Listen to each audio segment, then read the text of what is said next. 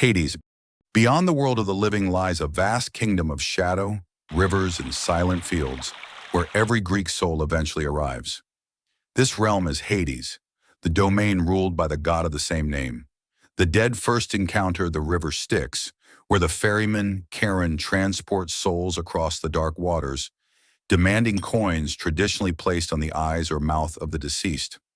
Once inside, spirits disperse into different regions depending on their lives. The Asphodel Meadows hold ordinary souls who live neither heroic nor wicked lives.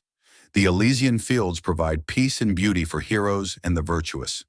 Beneath everything lies Tartarus, a deep abyss where the worst criminals and defeated titans are imprisoned.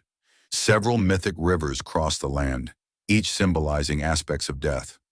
At the gate stands Cerberus, the three-headed hound who prevents escape, reinforcing the permanence of death. Helheim. In Norse mythology, the dead do not always fall into fire. Many instead descend into a cold, mist-filled realm beneath the roots of the world tree Yggdrasil. This frozen domain is Helheim, ruled by the goddess Hel, daughter of Loki. Unlike the fiery punishments of later religious traditions, Helheim is defined by stillness and inevitability. It receives those who die of sickness, old age, or misfortune, while warriors slain in battle travel instead to Valhalla or Folkvanger.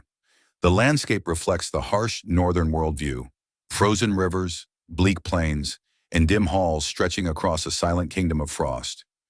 Guarding the entrance is the monstrous dog Garmr, a creature linked to the prophecy of Ragnarok.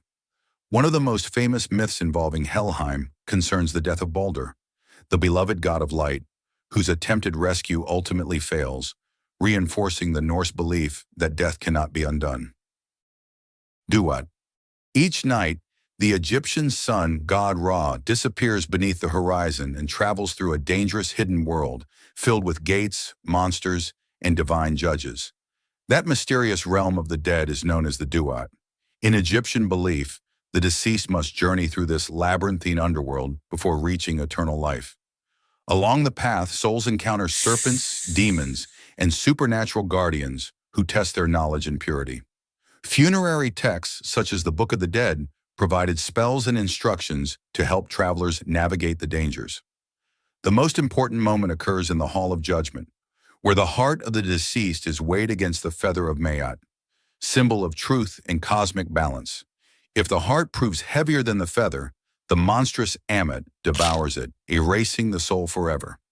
Those who pass the test continue onward to a peaceful afterlife in harmony with divine order. Yomi. In Japanese myth, death leads not to judgment or reward, but to a dark, stagnant land of decay that lies beyond the world of the living. This shadowed realm is called Yomi. According to Shinto mythology, it became the land of the dead after the goddess Izanami died, while giving birth to the fire god. Her husband Izanagi followed her into the depths hoping to bring her back, but what he discovered revealed the irreversible nature of death.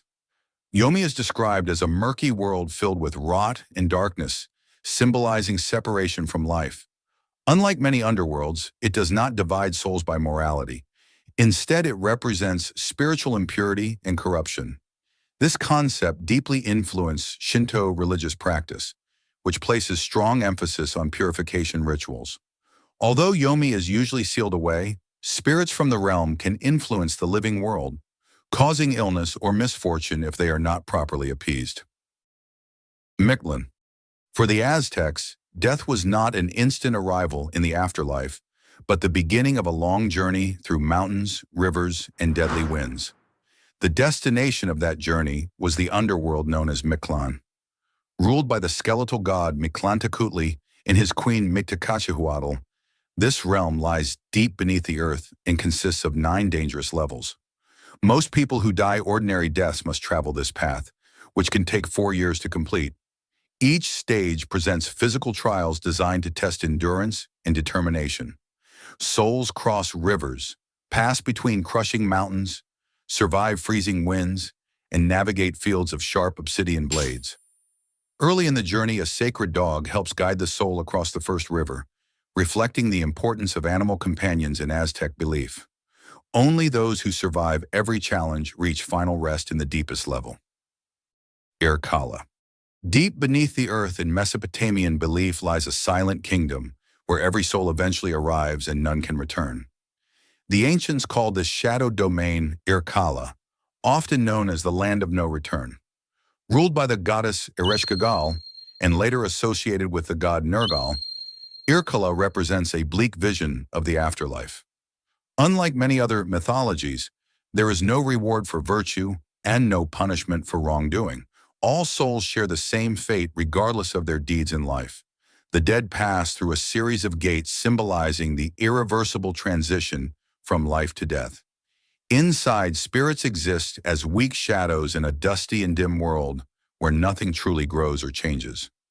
One famous myth describing Irkala is the descent of the goddess Inanna, who must surrender pieces of her power at each gate, illustrating the unavoidable humility of mortality. Patala. Not every mythological underworld is dark or miserable. In Hindu cosmology, one subterranean realm is described as luminous, filled with jewels, palaces, and powerful serpent beings. This hidden world is Patala. Located beneath the earthly plane, it is one of several lower realms that form part of the cosmic structure of the universe.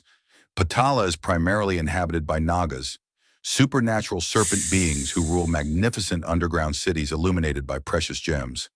Vast lakes, enchanted forests, and ornate palaces fill the landscape, creating an environment very different from the gloomy afterlives of many cultures.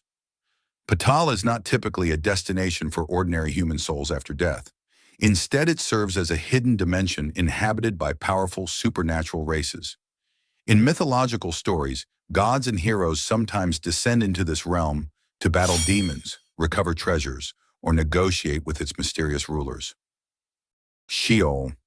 Early Hebrew tradition described the afterlife not as paradise or torment, but as a quiet realm of shadows where all the dead eventually gather. That silent destination was known as Sheol. In the earliest biblical texts, Sheol is portrayed as a vast subterranean place where the dead exist as faint shades without strength, knowledge, or activity. It is not ruled by a specific deity and contains none of the elaborate trials or punishments seen in other mythological underworlds. Instead, it represents the simple and unavoidable separation between the living and the dead. The realm is often imagined as a deep pit or cavern beneath the earth, emphasizing distance from both life and divine presence. Because existence in Sheol is passive and silent, remembrance by the living became an important cultural practice, maintaining connection with ancestors even after they disappeared into the shadowed depths of the underworld. From frozen halls beneath the world tree to labyrinths of judgment, serpents, and silent shadows, these underworlds reveal how ancient civilizations imagined the fate awaiting every soul. And if you want to explore the creatures that often guard these thresholds or rise from the depths themselves, continue with Every Mythological Dragon Explained.